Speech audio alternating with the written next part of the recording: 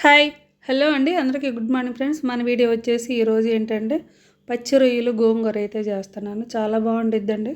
ఒకసారి మీరు కూడా ఇలా ట్రై చేయండి. రొయ్యలు అయితే 250 గ్రామ్స్ రొయ్యలు అయితే తీసుకున్నాను. శుభ్రంగా కడుక్కున్న తర్వాత ఒక స్పూన్ నిండా కారము, కొంచెం రొయ్యలకు తగ్గట్టు ఉప్పు అయితే వేసుకోవాలి. పసుపు కూడా 1/4 టీ స్పూన్ కన్నా కొంచెం తక్కువ వేసుకోండి. ఇవి వేసుకొని ఈ మూడు చక్కగా మనం రొయ్యలకు పట్టించాలి. తర్వాత కూడా మనం కొంచెం ఉప్పు కారం ఇవి అయితే మళ్ళీ వేసుకోవాల్సి ఉండేది. అందుకని రొయ్యల వరకే వేసుకోండి. ఇప్పుడైతే ఇవైతే అన్నీ కలిపి వేసిన తర్వాత స్టవ్ మీద పెట్టేసుకొని కొంచెం ఒక టేబుల్ స్పూన్ నిండా ఆయిల్ అయితే వేసుకుందాము. ఆయిల్ వేసిన తర్వాత ఇది వచ్చేసి మూత పెట్టేసి చక్కగా మనం మూత పెట్టేస్తే ఈ రొయ్యల్లో నుంచి వాటర్ అయితే వచ్చింది. ఆ వాటర్తోనే మనకి రొయ్యలు అనేవి ఆల్మోస్ట్ ఉడికిపోతాయి. ఇప్పుడు మూత పెట్టేసి కుక్ చేసుకుందాం. చూసారు కదా ఇట్లా వాటర్ వచ్చిన తర్వాత మూత తీసేసి మళ్ళీ సిమ్లో పెట్టేసి కుక్ చేసుకోండి. ఈ వాటర్ అన్నీ ఇంకిపోయే వరకు అయితే కుక్ చేసుకోవాలండి. ఈ లోపు అయితే మనం పక్కనే స్టవ్ మీద అయితే గిన్నె పెట్టేసుకొని కర్రీ అయితే ప్రిపేర్ చేసుకుందాము. స్టవ్ మీద గిన్నె పెట్టేసుకొని ఒక 3-4 టేబుల్ స్పూన్ నిండా ఆయిల్ అయితే వేసుకోవాలి. ఆయిల్ అయితే కాస్త ఎక్కువే పట్టిద్ది. ఇప్పుడైతే ఆయిల్ కాగిన తర్వాత 2 ఆనియన్స్ అయితే పెద్దవి సన్నగా చిన్న చిన్న ముక్కలుగా అయితే కట్ చేసుకోండి. ఈ ఆనియన్స్ అనేవి మంచి కలర్ అయితే రావాలి.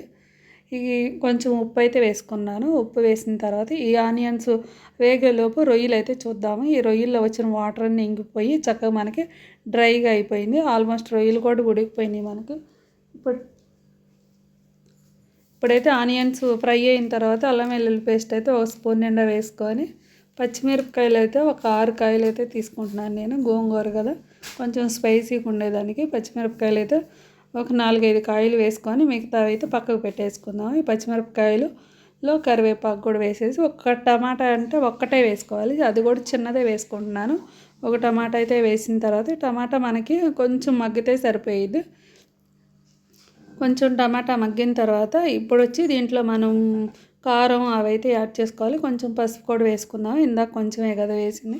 ఇప్పుడైతే పసుపు కూడా వేసుకొని కారం అయితే వేసుకుందాం. ఒక స్పూన్ నిండా కారం అయితే వేసుకుందామండి. ఒక స్పూన్ కారం వేసిన తర్వాత ధనియాలు జీలకర్ర పొడి అయితే ఒక స్పూన్ నిండా వేసుకుంటున్నాను నేను. గరం మసాలా కూడా ఒక స్పూన్ వేసేసుకొని ఈ స్పైసీ ఇవన్నీ కొంచెం మాడకుండా కొంచెం ఫ్రై చేసుకొని మరి ఒక నిమిషం అయితే సరిపోయేది. చక్కగా ఇట్లా ఫ్రై చేసుకున్న తర్వాత మనం ఉడకపెట్టుకొని ముందుగానే గోంగూర అవన్నీ పక్కకు పెట్టేసుకోవాలి. లేకపోతే మిక్సీలోనే వేసుకోవచ్చు. ఈ గోంగూర అయితే ఒక చిన్న కప్పు నిండా అయితే వేసుకున్నాను నేను. ఈ గోంగూర ఒక 2 నిమిషాలు అయితే ఫ్రై చేసుకుందామండి.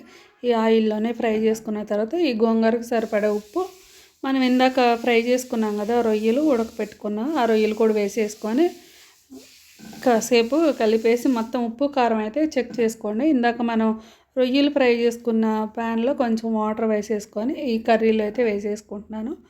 మనకి ఒక 250 ml వాటర్ అయితే పడతాయి ఫ్రెండ్స్. వాటర్ వేసేసుకొని ఆయిల్ అయితే పైకి అయితే తేలదులేండి. మనం వేసుకున్న ఆయిల్ ఈ గోంగూరలో అస్సలు పైకి తేలదు. ఇప్పుడు ఈ రొయ్యలు వేసిన తర్వాత ఒక 10 నిమిషాలు అయితే లాస్ట్లో కొంచెం పచ్చిమిరపకాయలు కూడా వేసుకొని ఒక 10 నిమిషాలు అయితే కుక్ చేసుకోవాలి. 10 నిమిషాల తర్వాత అయితే చూపిస్తున్నాను ఇట్లా ఉండేది. లాస్ట్లో కొంచెం కొత్తిమీర అయితే వేసుకోండి. ఒక గుప్పెడు కొత్తిమీర వేసుకుంటే ఆ ఫ్లేవర్ కానీ ఆ టేస్ట్ కానీ చాలా బాగుండేది. మనకి పచ్చి రొయ్యలు గోంగూర కర్రీ అయితే రెడీ అయిపోయింది. టేస్ట్ మాత్రం ఎక్సలెంట్గా ఉండిద్దండి. ఒకసారి ఇలా కూడా ట్రై చేయండి. కొత్తగా కూడా ఉండిద్ది అండ్ టేస్ట్ కూడా చాలా బాగుండేది. మన ఛానల్ ఎవరైనా కొత్తగా చూస్తుంటే సబ్స్క్రైబ్ చేసుకోండి ఫ్రెండ్స్. సబ్స్క్రైబ్ చేసుకొని ఈ వీడియో అయితే లైక్ చేయండి.